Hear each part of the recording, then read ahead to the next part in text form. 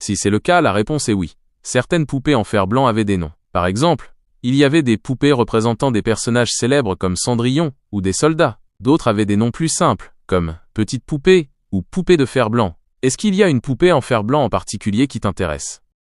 Oui, il y a eu des poupées en fer blanc. C'était particulièrement populaire dans les années 1930. Ces poupées étaient souvent plus simples et plus résistantes que celles en porcelaine ou en tissu. Elles étaient souvent représentées avec des vêtements colorés et des visages expressifs. Pourquoi le fer blanc était-il utilisé? Solidité.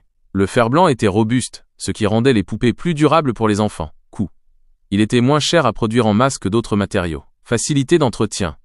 Le fer blanc se nettoie facilement. Où peut-on en trouver aujourd'hui? Les poupées en fer blanc sont devenues des objets de collection. Vous pouvez en trouver sur des marchés aux puces et brocantes. C'est un endroit idéal pour dénicher des pièces uniques. Dans les boutiques d'antiquités, vous y trouverez souvent des poupées en excellent état, en ligne. Des plateformes comme eBay ou Etsy proposent une large sélection de poupées en fer blanc.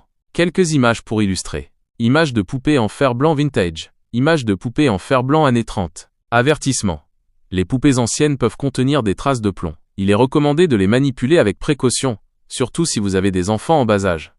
Oui, il y a bien eu des poupées en fer blanc. C'était surtout populaire à la fin du 19e et au début du 20e siècle. Ces poupées étaient souvent fabriquées en Allemagne et en France. Elles étaient plates et articulées, avec des visages peints et des vêtements parfois en tissu.